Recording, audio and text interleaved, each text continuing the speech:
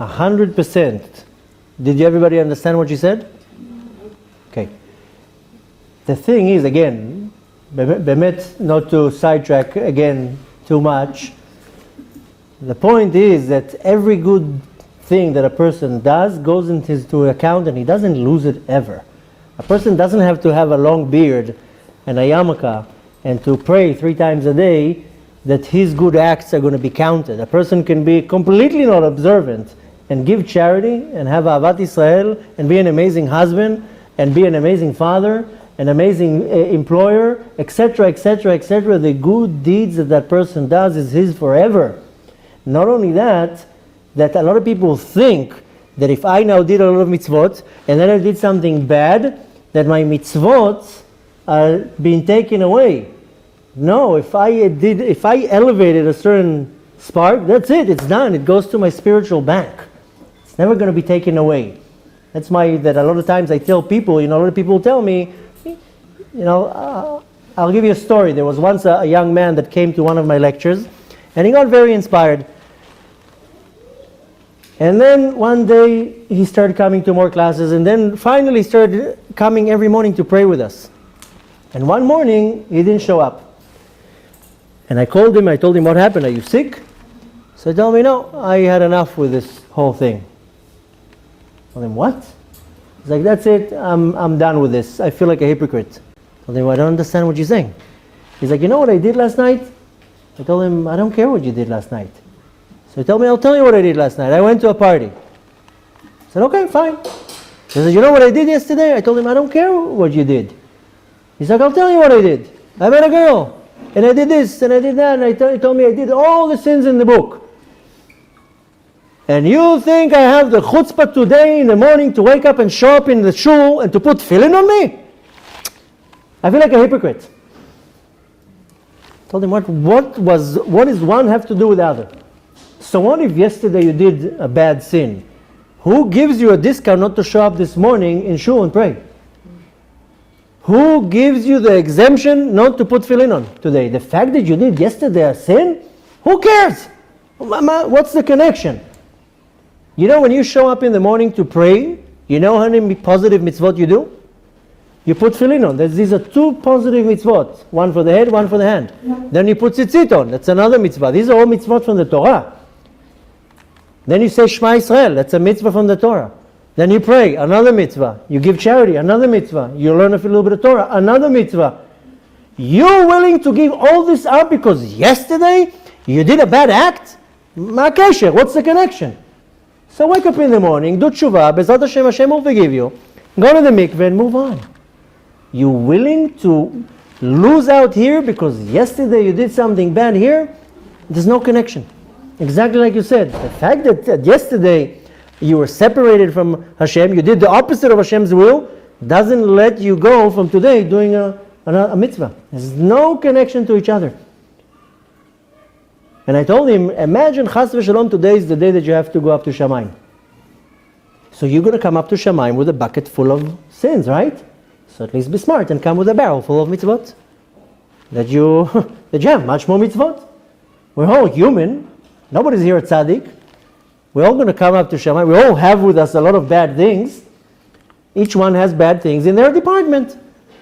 But at least the point is that at least to concentrate on how much good I have, not how much bad I have. The bad is going to be removed, they'll do tshuva. The good is mine. It's an investment. And it's the worst attitude because a lot of people say, oh, yesterday I did this bad thing, so today I don't want to do that. That's what happened to most people. Oh, yesterday I didn't do this, so today I don't want to pray. Or last week I did this, so today I don't want to come to shul. Well, kesher, what's the connection even? The point is that one needs to concentrate only on the good. But going back to what we were saying, that there are many times throughout the year that there's a godly revelation. This is called the Gilui Elokut. We said the most common one is Shabbat. Shabbat is a very powerful godly revelation. Then we have Rosh Chodesh, then the beginning of the month. Then we have our festivals. We have Purim, we have Chanukah. There's a lot of times that there's a Gilui Elokut. Now, in general, we know of 3 levels of godly revelation. The first level corresponds to the neshama, to the level of neshama. It corresponds to the sphere of bina, and it's called, in the Lashon of Kabbalah, ima. This is the first type of godly revelation, and this is considered the lowest type of godly revelation. A higher level of godly revelation corresponds to the sphere of chokhmah, which in the Lashon of Kabbalah is called Abba, and this corresponds to the level of chaya. That's this tzelem that I was talking about, this or makif, this surrounding light of our neshama. The highest level of godly revelation corresponds to the sphere of keter. Keter is a crown, something that surrounds, a makif. In the Lashon of Kabbalah it's called Saba, and this corresponds to the level of what's called Yechidah, the highest level of our soul. Keter. But this godly revelation. So a low godly revelation, for example, Shabbat is what's called Ima, the Hara Misfirat Abina. It corresponds to our Neshama. This is Shabbat. So we know that Shabbat and Yom Tov is a very high level of godly revelation, and that's one of the reasons why we don't work, because we have to lishvot, to not to have any avodah, any work, and many things. But this is considered a lower godly revelation. The highest godly revelation that corresponds to the sphere of Keter, that affects the level of Yechidah, happens only once a year. And it happens on Leil Seder. This is the night, the only night that this Gilui Elokut happens in the level of Keter. ואז כל האימהות גמורות לגמרי. אבל למה דווקא בגאולה יישאר רק פורים ודווקא ליל הסדר? That's a whole different thing. If it's the highest I'll tell you, אז למה זה לא נשאר כשיש גאולה? I'll tell you why, and maybe we can keep the questions to the end, so that way we zoom through. She's asking why at the time of the Geulah the festivals will be cancelled, so to say. It's because this Gilui Elokut that is revealed on the Yamim Tovim is what's called Beseder Ishtalshelut, comes in the descending chain. The light, the godly light, when Hashem created the world and when Hashem recreates the world, Hashem betuvo mechadesh bechol yom tamid maseh v'reshit. Every second Hashem recreates the world. Which means that constantly God is shining this godly light. This is called what's called he'ara, a shine. But in order to create the worlds, it's go through what's called seder ishtalshelut, a descending chain. At the time of the Geulah, the godly revelation will be me'al seder ishtalshelut. So anything that goes in the descending chain is going to be, so to say, annulled. It's not going to be annulled, it's just not going to have more chashivut. Because the he'ara is going to be me'al seder ishtalshelut. This is the concept of Shmini. We're now learning in this Parashat Shmini, because Seder Ishtalshelut is in the number of 7, the 7 days of creations, etc. So these holidays they're not going to be completely cancelled, rather they're going to be diminished, because the Ara, the godly revelation we're going to have at time of Mashiach will be Me'al Seder Ishtalshelut. Purim will remain. Purim, so why Purim it's not a higher revelation? It is. Because you just said that Leila Seder is the highest revelation. No, I said it in the 3 levels that I said before. Comes from the Sfirat HaKeter. Yeah, in Purim, the godly revelation is Me'al Seder Ishtalshelut. That's why we don't have to work. That's why we don't have to not work. But these 3 levels that I'm talking about are in Seder Ishtalshelut. Purim is above Seder Ishtalshelut. Seder Ishtalshelut is the descending chain. So Purim is above. What I'm talking about is the ones that are Seder Ishtalshelut, and we're looking at the 3 Sfirot. We count the Sfirot Chokhmah, Bina, and Da'at, but when you really count the Sfirot, we start in Keter, and then Chokhmah and Bina. So when we're going in the Seder Ishtalshelut, in the descending chain, so the highest Sfirah is Keter, then Chokhmah, then Bina. So since we're still not at the time of the Geulah, B'ezrat Hashem this Pesach will already be in the time of the Geulah, but since we're le'et atah not at the time of the Geulah, the godly revelation that we experience is in the Seder Ishtalshelut, which the highest one is in the Sfirah of Keter. And the only day that we actually get it is on Leil Seder. Now, you see, when it comes down, sometimes when we analyze the halacha of things, the oral law, we see where it comes from. And you see that according to halacha, for example, the only night where we don't say Kriyat Shema L'Amita is on Leil Seder. We only say Shema Yisrael Hashem Elokeinu Hashem Echad. This is what's called the Leil Shimurim. We leave the door open. We see that our acts, according to the halacha, correspond to something in a much higher level. So on the time of Leil Seder, this is the highest godly revelation. And we want to tap into that level. We want to tap into that light. And the entire month to Pesach, from Purim, is my time to slowly work on myself so I be able to tap into that godly revelation. I'm not going to see it with my eyes. Some people in the Leil Seder actually feel it, even though they're wiped out. Leil Seder is something special. If you really tap into the power of Pesach, it's not just a meal. It's not about the food. You see that the actual food is nonsense. It's not about the food. It's the only time that we don't really sit and enjoy the food.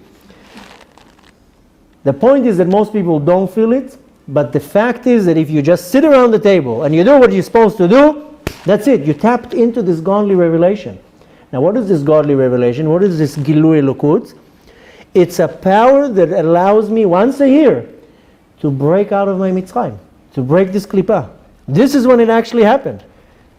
In the morning of Pesach on Yudalet Nissan is when they slaughtered the Korban. In the 15th is when they ate it, but in the 16th in the morning, in the Netzach Hama, that's when they went out. And the reason why they went out, and they had this unbelievable power to live, because this godly revelation came down and shined into the world. So they didn't think, oh, what am I going to eat now for 40 years? What am I going to do with my stuff? How am I going to go out of my comfort zone? But because even though they were slaves, they still were in their comfort zone. That's why 80% didn't want to leave. Because they were like, what are we going to do in the desert? Where are we going to go? Where am I going to live? What am I going to do? You know, you go now to the Jews in America, they tell you, yes, Israel is the best. Why don't you do Aliyah? What am I going to do there? Where am I going to work? How am I going to make parnasah? The same way you make parnasah in America, you make parnasah here.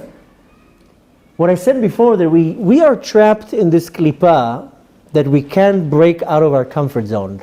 This is this Haman. Haman is a descendant of Amalek. It's a different type of a klippah. It all corresponds to the same type of the klippah. In the time of Mitzrayim, they called the klippah Kelev. Kelev means kulo lev. It just was hard. There wasn't any intellect. Nothing that came from the mochin was able to penetrate into the midot, into the heart. Our attributes are in our heart. But we're fighting with the same klippah till today, that I can't go out of my comfort zone. And every day I fight it. And every day I have the struggle, and each one has a struggle in their own way. One person has a struggle with waking up in the morning to pray, and one has a struggle to accepting Shabbat, not in the 18 minutes. And one has a struggle that the clothes are not modest. And each one has a different struggle. I'm talking about struggles in Avodat Hashem, not struggles in our day-to-day life. This is basic things that can be worked on too. But right now I want to concentrate on our serving God. Because ultimately we all want to get to the same point. Whether we know it or not, whether we acknowledge it or not, we all yearning to reach to the point of the complete redemption. And even if I don't know it in the front part of my brain, what's called the conscious. Sorry, my English is good, but not that good. In our subconscious, we all want the Geulah to happen.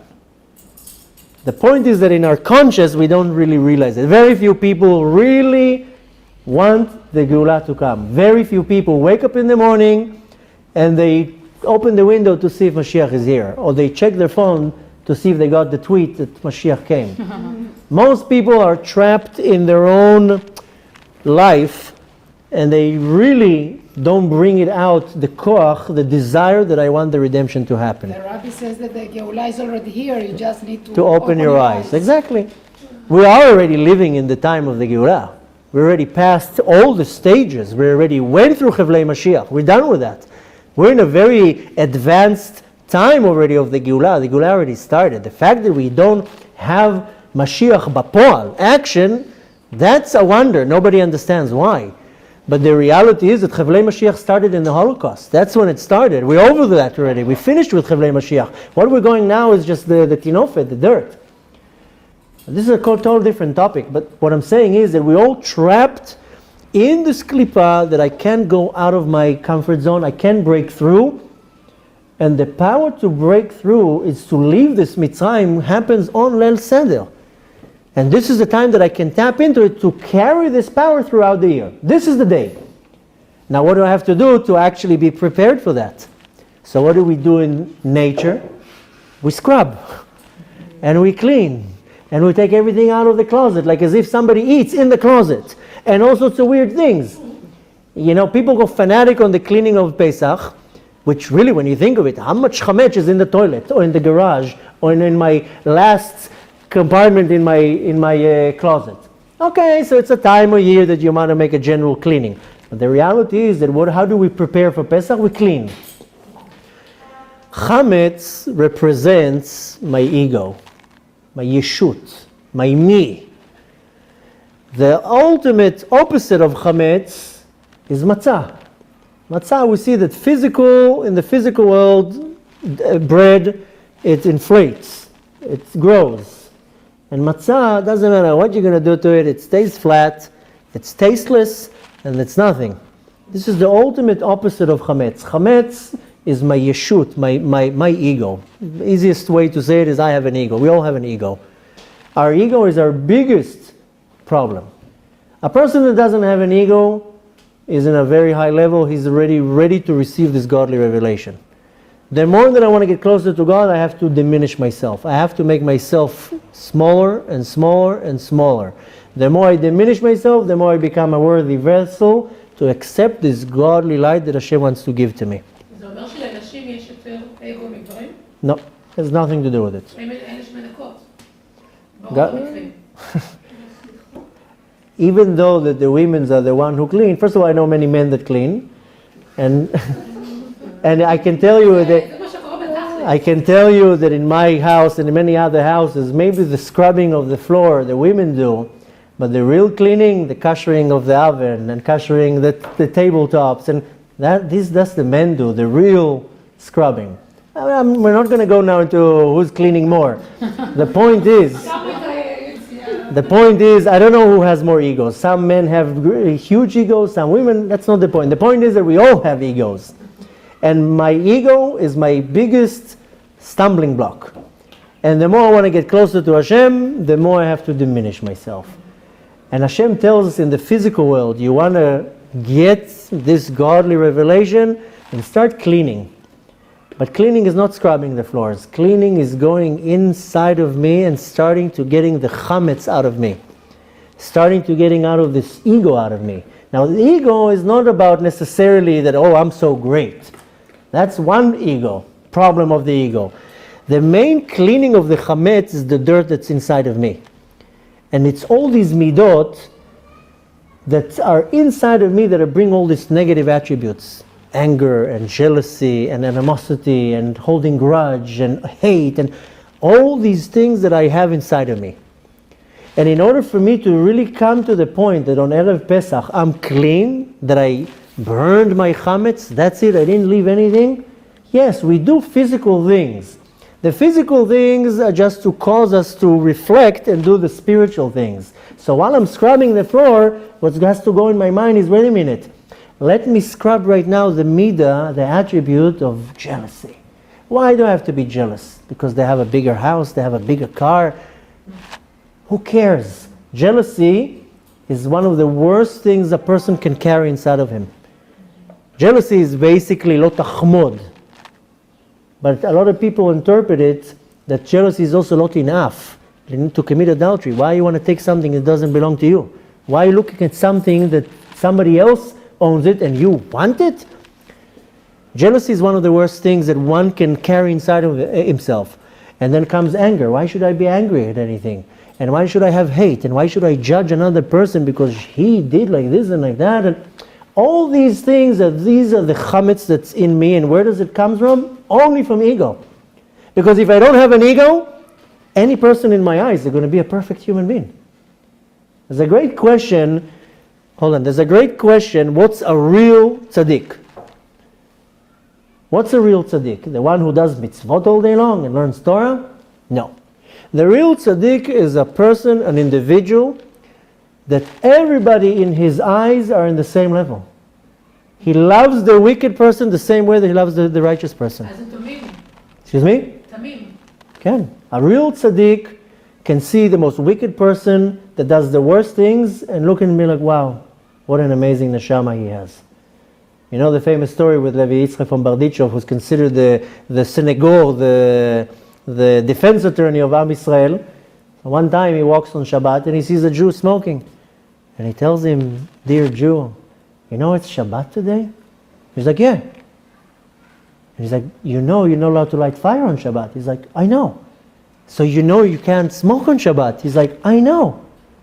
And he's like, but you're smoking, you are desecrating Shabbat. He's like, I know. So he looks up to Shabbat and says, Tireh ma ze ribono shel olam. Look at this Jew. Afilu, he can't even lie. He can't even say a dvar sheker even. Look what an amazing person. So the point is that a real tzaddik, that's what he sees. He sees only good. He doesn't see something bad. If I see something bad in somebody, it means that I have this bad in me. That's how it works. So a real tzaddik, he sees a person, doesn't matter what he does, he sees only good in him. So the point is that my chametz, my problem, is that I have a problem. If I'm jealous at somebody, I have a problem. If I'm angry at somebody, I have a problem. And my problem that stops me from connecting to Hashem, to ascending to a high level, is because I'm trapped in this klipa, and I have to break out of this klipa. And it's only going to be done on the night of Leil Seder. And it can only be done if I really clean my chametz this entire month. Now why dafka from Purim to Pesach? What's the connection? So we know, we're talking a lot about the Geulah, we know that there's supposed to be a war before the Geulah. And the war is called Gog and Magog. The Zohar says that there's going to be 3 Gog and Magogs, not 1. Shalosh. The first one was World War I. That's why when World War I started, the Chafetz Chaim at the time said, this is Gog and Magog, this is the first Gog and Magog. And then at the time, Chafetz Chaim said, in 25 years it will be the second Gog and Magog. And he said, then the second one is going to make the first one look like a joke. Sure enough, the second Gog and Magog was World War II, exactly 25 years later. And then he said that 72 years after will come the third Gog and Magog, and that's going to be a worse war than the second and the third and the first. What date is that? What year? Make the calculation. What year? Now the point is that, hold on, the point is that a lot of people think that Gog and Magog is nuclear bombs and airplanes and wars, and that's not the Gog and Magog that not the Zohar is talking about, and not the Chafetz Chaim talking about, not most of the sources are talking about. Yeah, there is a physical war, because anything that happens in the spiritual manifests into the physical. So the first Gog and Magog, it manifests into a world war. But if you're looking at the spiritual level, that's when the Jews, the nation of the Jews, started really letting go from Hashem. Then the second Gog and Magog came. Yeah, it manifests into the world in a physical war, but that's when it was 80% of the Jews were not connected to Hashem. So even in our generation, you see that the war is actually happening. Just open the news, you see that Gog and Magog is not a war against Israel. Gog and Magog is wars of the nations. The nations are fighting with each other. Israel is standing in the middle like this, and the nations are fighting amongst each other. This is the physical war. But the Gog and Magog that we are going through, the Zohar calls Milchemet Gog and Magog Milchemet Gigim. Milchemet Gigim is the war of thoughts. This is the war, the Gog and Magog that we are battling now. We have problems in our thoughts. And this is why the Chafetz Chaim said then that the last one is going to be the most hardest war. And we see that in our generation, the war is everything in our thoughts. What we see in our phones, in the TV, everywhere is penetrating into our minds. Constantly we're programmed, everything is in our minds. Now what's the most amazing thing? That Milchemet Gog and Magog is the war of thoughts. This is what we're going on now, because we see that every person can be the most religious person, they still have wars in their mind. Constantly we have wars in our mind. And it can manifest to our Avodat Hashem. We lose faith, we lose trust, we constantly we're battling in our mind. But what's amazing is that the Zohar calls it Milchemet Hagigim. Before I told you that when we read in the Megillah, every time that we say Haman, we don't do nothing. When do we make the noise? When we say Haman Ha'agagi. That's when we start making noise. The klipa of Haman is the manifestation of this war. This is the war of thoughts. This is where it penetrates into our mind, and I want to do a mitzvah, and this Haman, this Klippa is going to completely distort it. I'm going to want to do something, it's constantly going to control in my mind, and this is this milchama, and that's why when we say Haman Agagi, that's when we make noise, to shake you, to wake you up, because we constantly have these thoughts. But if somebody would come and hit you, sorry, you go back to conscious. So every time we mention Haman, if it's just Haman, okay, it's the person. But when we mention Haman Agagi, that's when we need to wake up. And this is the klipa, and this is the connection between Purim and Pesach, because the war is in my thoughts. And if I want to reach to the level that I'm exposed and I'm getting this godly revelation on Leil Seder, I have a whole month to start refining myself. So I did the first action in Purim. If a person did all 4 mitzvot in Purim, amazingly all these 4 mitzvot start with the letter Mem. Mem represents, if you're looking at the Mem, there's 2 types of Mems, but the Mem that it represents is what's called Mem Stuma. Mem Stuma is a closed Mem, a Mem Sofit. Doesn't have any holes, that can't penetrate. This is the Mem, it says Bereshit bara Elokim et hashamayim. Bereshit, the world was created, but the one wall of the bet is open. This is what's called the Ruach HaTzfonit. That's where the Yetzer Hara comes in from. So the Mem represents that my walls are completely closed. That's it. Nothing penetrates into my domain, into my Mishkan. But the 4 mitzvot that we do on Purim, the first one is Mikra Megillah. The second one is Matanot LaEvyonim, and then Mishloach Manot. And then the last one is Mishteh. 4 mitzvot that we have to do on Purim, and if you did these 4 mitzvot, then you actually fulfilled what you're supposed to do in Purim, and each mitzvah corresponds to a different level in the spiritual worlds, corresponding to the 4 worlds of Atzilut, Bria, Yetzirah, V'Asiyah. When I do each one of them, I elevate myself. I start with Mikra Megillah, I elevate myself to one level. Then I do Mishloach Manot, I elevate myself to the next level.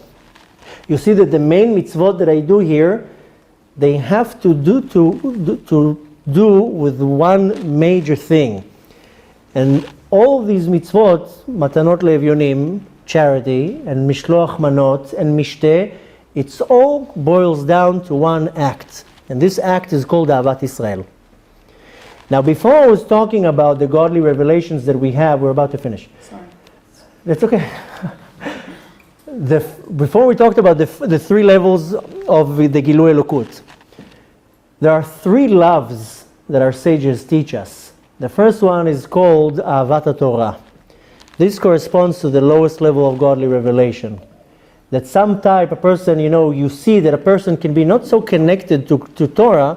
Shabbat will come, suddenly he will enjoy to hear the rabbi saying something. My father, he's in his older years, so it's very hard for him. My mom is in the program.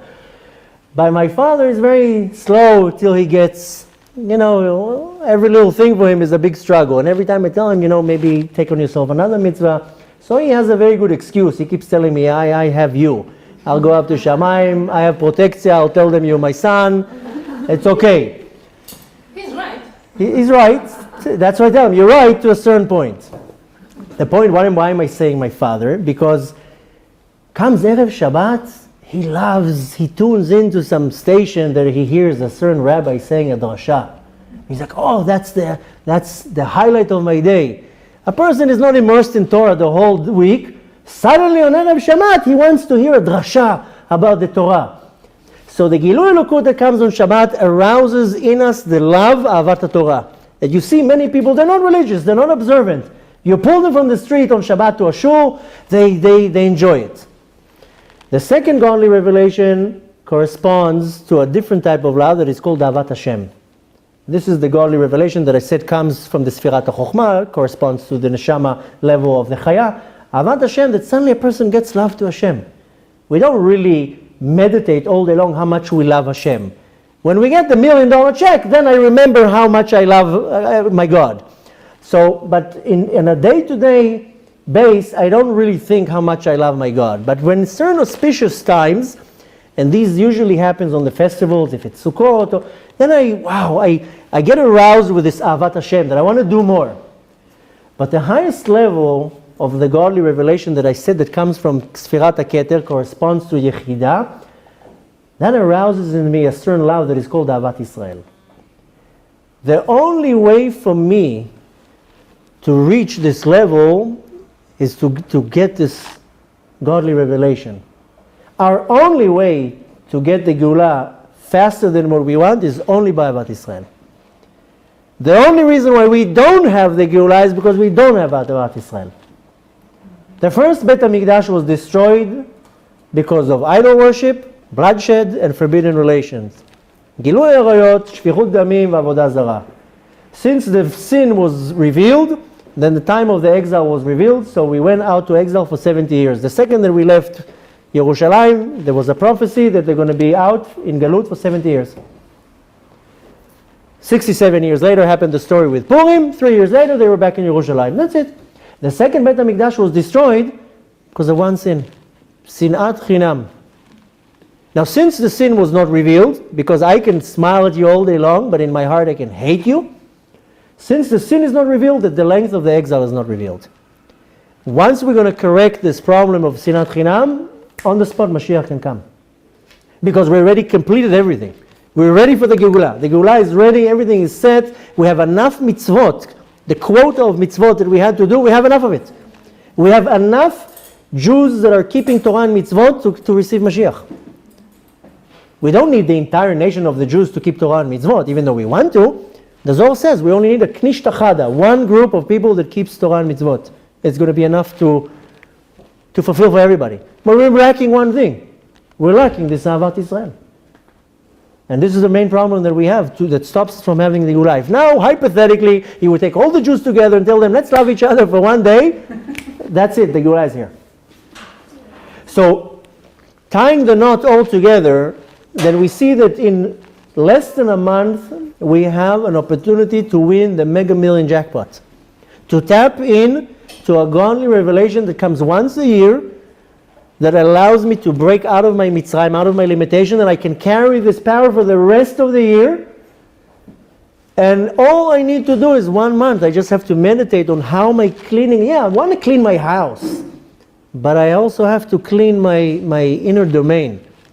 And if you want to reach to the point that you come to that night and you receive this godly revelation that you will carry with you for the rest of the night, the year, and to have the power to enlighten in me the power of Ahavat Israel, is if I prepare the right way for the time of Leil Seder.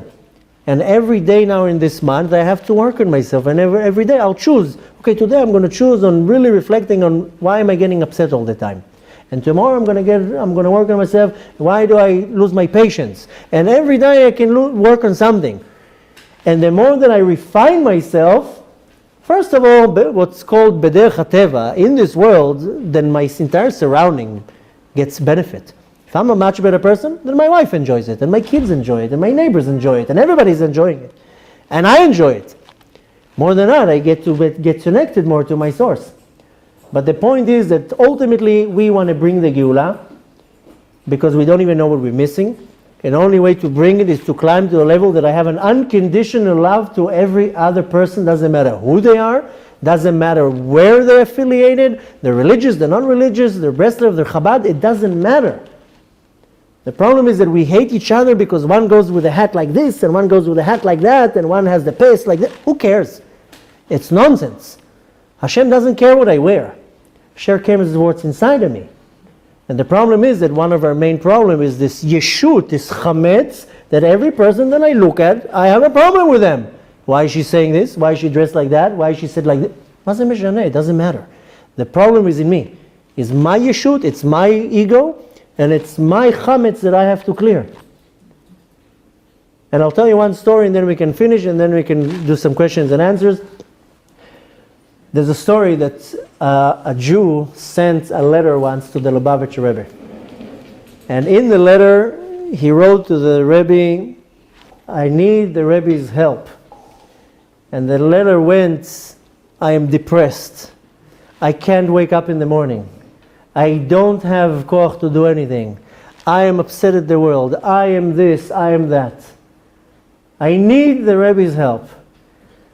So the The Rebbe, sentence, I. the Rebbe took a red pen and circled the eyes, not the eyes, the letter I, and sent the letter back and told him, if you concentrate constantly on the I, then you're going to be depressed and you're going to be upset and you're not going to want to do anything and the world is going to look like this and like that. The point is that we should not concentrate on me. The Baal HaSulam teaches a very basic things. That the more I look to how to satisfy myself, the more I distance myself from my source. The more I look to do good to somebody else, then I get myself closer to the source. I need to constantly run after how am I making another person's life better. Not how am I making my life better. How am I helping another person? How am I affecting another person? This is this chametz, this yeshut, this I.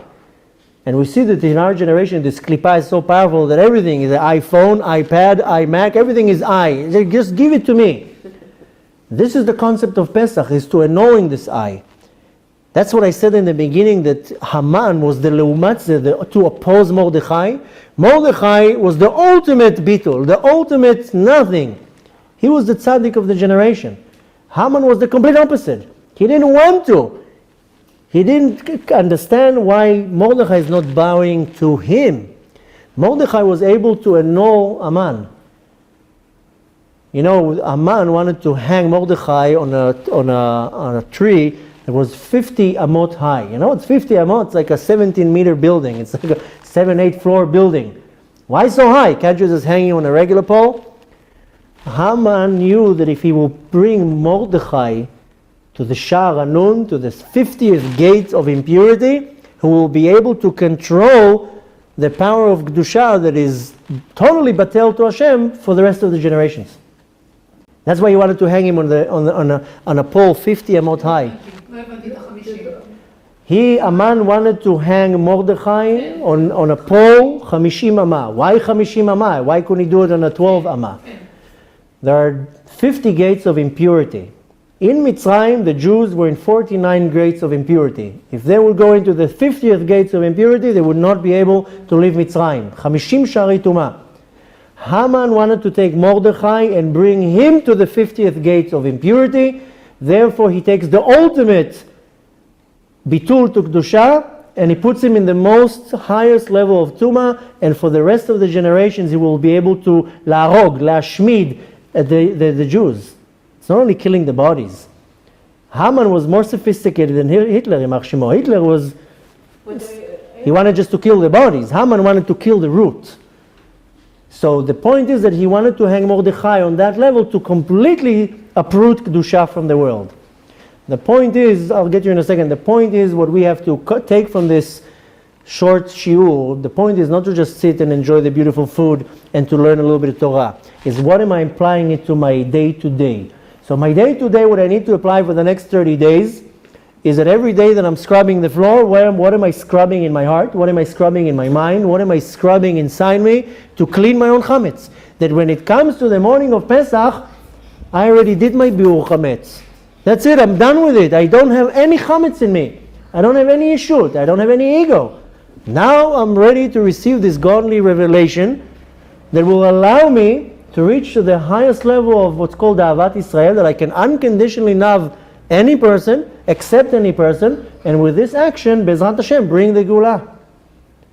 So the actual action, what I need to do is to meditate how am I completely annulling this klipa of Haman that's in this war in my mind. So you have to clean your thoughts. Your thoughts. This is the chametz, because ultimately the ego comes from your intellect, and this klipa separates what I said. It goes to the neck. It separates what's going on from here to here, because you can wake up in the morning and say, you know what, today I'm going to pray in the morning and I'm going to do this, I'm going to be very particular with my kosher diet, and today, and then you find that it's 4 o'clock in the afternoon and today didn't happen nothing. Because the klipa didn't allow you to bring it down from your intellect into your body. And then one of the ways to do it is if you really work on yourself. And when a person really cleans the yeshut from themselves, they're actually able to bring down this koach from your thought, because you know exactly what's good. When you see another person, you want to do the mitzvah. A person is in need, you want to help them, but then comes, no, it's going to be expensive, it's going to take time, it's going to be this, it's not so comfortable. Yeah, your thought is start telling you why not to do the mitzvah. So Bezrat Hashem, you should all have the power to take from this shiur, besides a lot of calories, you should take koach for the rest of the month. Calories is also good, you can elevate the godly sparks within it to Hashem, but you should take koach in this month to really clean yourself out, not only scrubbing the floor. I mentioned before the Lubavitcher Rebbe. The Lubavitcher Rebbe said dust is not chametz. You don't have to go crazy. You have to, the real biur chametz, the real cleaning is in the body. That's the body, the mind. That's the real chametz. And we all want to reach to the level that we completely cleaning the chametz out of us, completely annoying this I, this yeshut, the ego, and completely having the power to break out of my daily limitations. And I have an auspicious time in less than a month to tap into this koach that allows me for the rest of the year to have the power to struggle every day to fight my limitations. And only by that we'll be able to see with our own eyes the complete and final redemption. It says, "B'shchut nashim tzadkaniyot yatzanu mimitzrayim," with the merits of the righteous women we went out of Mitzrayim, and with the merits of the righteous women we're going to go out of this Mitzrayim. And B'ezrat Hashem, it should happen very speedy in our days. Thank you very much for the beautiful hospitality. And B'ezrat Hashem, I think we can take some questions and answers.